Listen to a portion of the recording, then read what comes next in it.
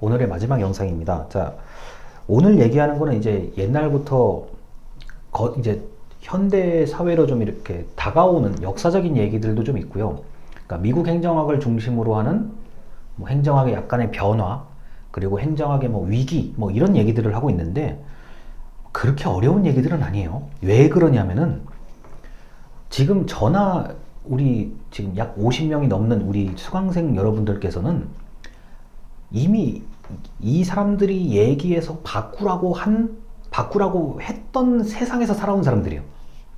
우리가 지금 1960년대, 70년대 사는 게 아니잖아요. 이분들이 옛날에 이걸 주장했던 분들이 야, 이거는 바꿔야 돼, 이건 저건 바꿔야 돼, 이러니까 안 돼, 저러니까 안 돼. 그렇게 해가지고 계속 바뀌어졌던 세상에서 태어나서 산 사람들이에요. 그래서 지금 보면은 이게 좀 맞는 얘기 같기도 하고 뭐 틀린 얘기 같기도 하고 좀 헷갈릴 수가 있어요. 근데 이미 우리 현재 2021년도 대한민국 지금 상황에서는 이 얘기들은 이미 좀 옛날 얘기들이에요. 그리고 이미 적용이 된 것들이에요. 여전히 관료제 있죠. 모든 정부 부처는 굉장히 큰 관료제예요. 뭐 기업도 마찬가지입니다. 웬만큼 큰 대기업 전부 다 관료제입니다. 자, 어디까지 돼 있어요? 해외에 부서가 있을 정도로 거대한 관료제예요. 나중에 뭐 기업 분명히 들어가시겠지만 나는 해외로 파견이 됐어. 조직이 크니까 해외까지 나가는 거예요. 자, 정부도 마찬가지죠. 뭐 중앙부처, 그리고 지방자치단체, 뭐 엄청나죠. 자, 그러다 보니까 우리나라는 이미 뭐 나름대로 주민들에게 뭐 완전하진 않지만 주민들 그 좀 요구에 맞는 걸 이미 하고 있는 나라입니다. 그러다 보니까 이해가 좀 안 되실 수도 있어요. 자, 또 옛날 얘기를 해야 되는데 51쪽에 두 번째 문단이요. 이것도 옛날 얘기입니다. 기본적으로 테크놀로지 사회의 요구 조건과 인간의 공동체에 대한 요구의 긴장을 의미한다. 자, 이게 말이 좀 어렵게 돼 있는데요. 51쪽에 지금 두 번째 문단을 얘기한 겁니다.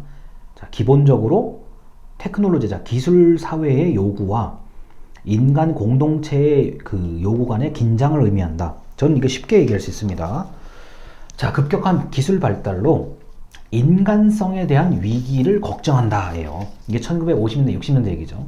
점점 사람이 고독해지고 외로워지고 이렇게 그냥 딱 틀에 박힌 삶을 사는 거 아니냐라는 걸로 생각해도 됩니다. 당연히 그거는 뭐 그런 그 걱정이 있을 수가 있는 거고요. 그리고 52쪽에 위에서 10번째 줄에 이런 게 있어요. 오늘날 인간은 풍요로운 사회를 건설했다. 그러나 그러한 풍요로움은 비인간화를 가져오기도 했다라고 하는 겁니다. 자, 기술이 발달하면서 살기가 편해졌죠. 이런 얘기하면 좀 엄청난 세대 차이가 날 것 같은데 아마 여러분 댁에 진공청소기라고 청소기 있을 거예요. 요새는 청소기 적당히 해놓으면 지가 알아서 청소하잖아요. 자, 그런데 제가 어렸을 때는 청소기가 없었던 시절이죠. 그래서 빗자루와 쓰레받기를 가지고 다 쓸고 담아서 쓰레기통에 버려야 되는 그런 시절을 보냈습니다. 그러다가 어떤 일이 벌어집니까? 자, 코드를 꼽아서 줄을 쭉 늘어뜨려 가지고 열심히 방을 돌아다니면서 우리가 대걸레질을 하는 것처럼 청소기를 열심히 그렇게 했죠. 오히려 그게 대걸레질 하는 것보다 더 힘들 수도 있어요. 진공청소기 옛날 거는요. 그리고 전선이 짧으면 뽑아서 다른 데 꽂아가지고 또 청소를 해야 되는 그런 시절이 있었죠. 물론 지금도 그렇습니다만. 그러니까 청소하기는 편해요. 진공청소기라는 게 있으면 청소하기는 편해요. 자, 이거는 이제 풍요로운 삶을 위해서 도움이 되는 도구들인데, 자, 이런 반면에 비인간화. 나는 오늘 눈 뜨고 출근해서 일하고 퇴근해서 눈 감고 자는 거구나. 자, 그리고 사람을 좀 만나고 싶은데 전부 다 비대면으로 만나는구나. 지금 우리가 지금 하는 것도 사실은 이게 비인간화의 개념일 수도 있어요. 원래는 만나서 들어야 되는데, 만나서 강의를 해야 되는데 그렇지 못하잖아요. 자, 그런데 다행히도 유튜브나 실시간 화상 강의를 할 수 있는 기술이 있기 때문에 강의를 그나마 하는 거죠. 자, 그러다 보니까 이게 모순이 생긴다는 거예요. 그리고 52쪽의 아래에서 세 번째 줄입니다. 사람들은 명백한 경계를 설정하고 자신의 발전을 자신의 성숙이라고 이해한다. 자, 이런 거죠. 나와 타인의 경계라는 거는 이런 거예요. 나는 나고 너는 너다라는 개념이에요. 내가 굳이 뭐 옆 사람한테 신경 쓸 이유가 없고 내가 이웃 사람한테 신경 쓸 이유가 없다는 얘기. 오로지 나의 발전에만 초점을 둔다는 얘기인데 그러다 보니까 이제 무관심, 옆에서 누가 살았는지 죽었는지에 대한 무관심으로도 이어진다는 거죠. 자, 그런데 우리나라 같은 경우는 아직까지도 공동체 문화가 굉장히 강한 나라에 속해요.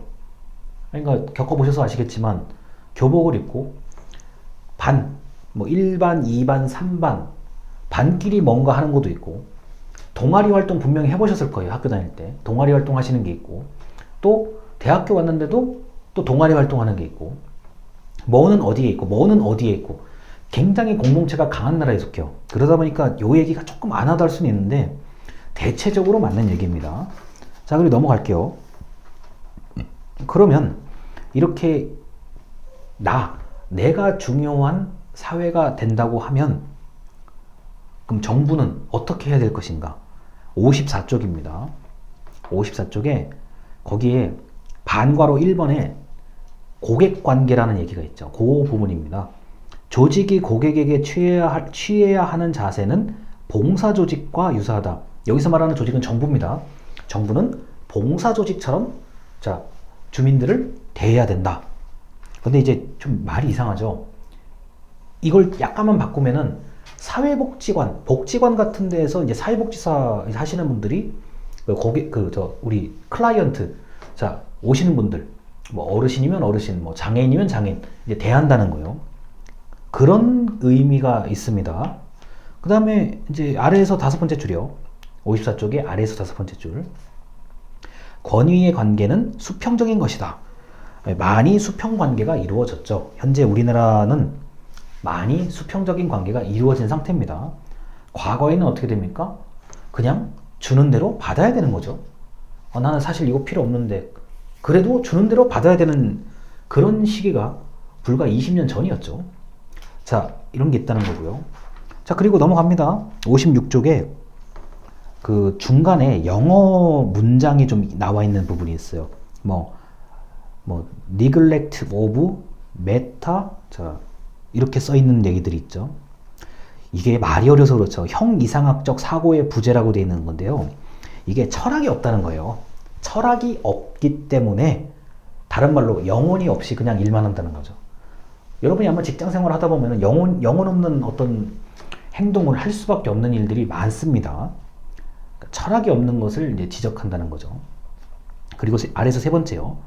실용적인 방식으로 평가한다. 따라서 실용적인 평가 기준에 적합한 행동만 발전하고 조직의 구성원들은 까다로운 문제보다 가시적인 성과를 이룰 수 있는 일에 집중한다. 이거는 현재 우리 뭐 기업이라든가 정부가 대체적으로 여기에 맞춰져 있습니다. 저거 귀찮아. 손대지 마. 저거는 그냥 놔둬. 할 수 있는 것만 해. 그리고 눈에 보이는 거. 자, 몇 명을 모았냐? 얼마를 벌었냐? 당연히 이런 데에 집중을 하게 돼 있어요. 여러분, 저 가시적인 성과라는 게 이게 사람한테 주는 게 굉장히 큽니다. 나는 저번에 50점 맞았는데 지금 이제 90점 맞았어. 엄청난 성과죠.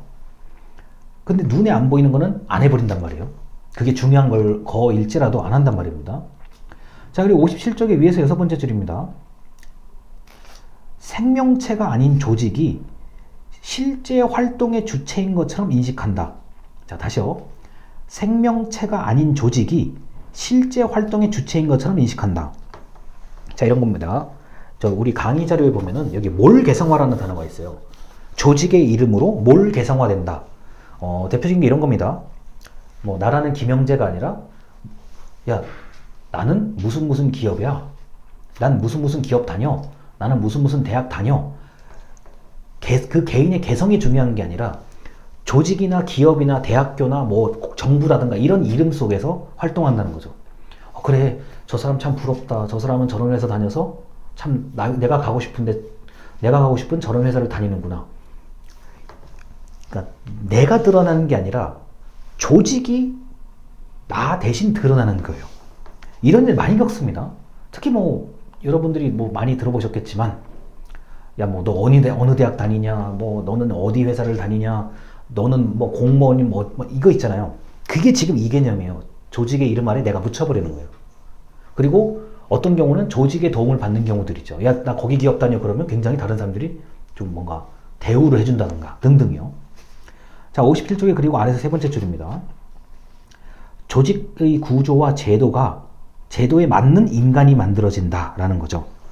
아마 여러분들이 대학교를 졸업하시면 대학교의 중간고사, 기말고사, 개강, 종강 그런 단어들을 잊어버리실 거예요. 왜냐? 새로운 조직에 적응을 하다 보면 옛날 내가 대학 다녔을 때 그 자세했던 기억들이 다 잊어버리게 돼요.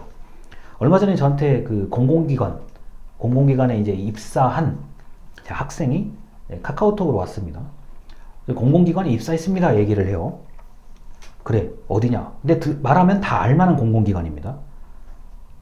제가 그랬죠. 지금 대학교 개강이야. 어저께 개강했어. 근데 답변이 어떻게 옵니까? 벌써 개강이에요? 이렇게 답변이 오죠. 3월 2일 날 그 대화를 했습니다. 근데 이미 그 졸업한 학생은 개강에 대한 개념이 없는 거예요. 나중에 여러분들도 겪게 되실 겁니다. 자, 반대로 저도 지금 하나 이제 헤매는 게 있죠. 초중고등학교 초중고등학교 개학에 관련된 게 좀 떨어져요. 왜냐면 대학교 개강하고는 다르잖아요, 개념이. 그리고 이제 우리는 종강이라고 하지만 초중고등학교는 종강이 이제 종업이라고 하죠. 종업식이라고 하죠. 종업이 좀 늦잖아요. 벌써 그것부터가 큰 차이가 난다는 겁니다. 조직이 사람을 만든다라는 거까지를 얘기를 해드리고 싶어요. 자, 그렇게 해서 61쪽까지의 진도를 모두 마친 건데, 이게 이제 제가 여러분들이 어느 정도 이해하는지를 좀 알아보고, 제가 영상을 이제 진도는 쭉 그대로 나가면서 만약에 모르는 게 있으면 제가 그걸 좀 모아가지고 별도의 영상을 찍으면 그걸 보시면 이해하기가 훨씬 쉬우실 겁니다. 다행히 이제 온라인 강의의 좋은 점이 이제 모르는 것만 여러분들이 좀 말씀을 해주시면 제가 얼마든지 별도의 영상을 찍어서 좀 알려드릴 수 있다는 커다란 장점이 있죠. 자, 그래서 여기까지 한번 말씀을 드리고 이번 주차 수업을 마치겠습니다. 들어주셔서 감사합니다.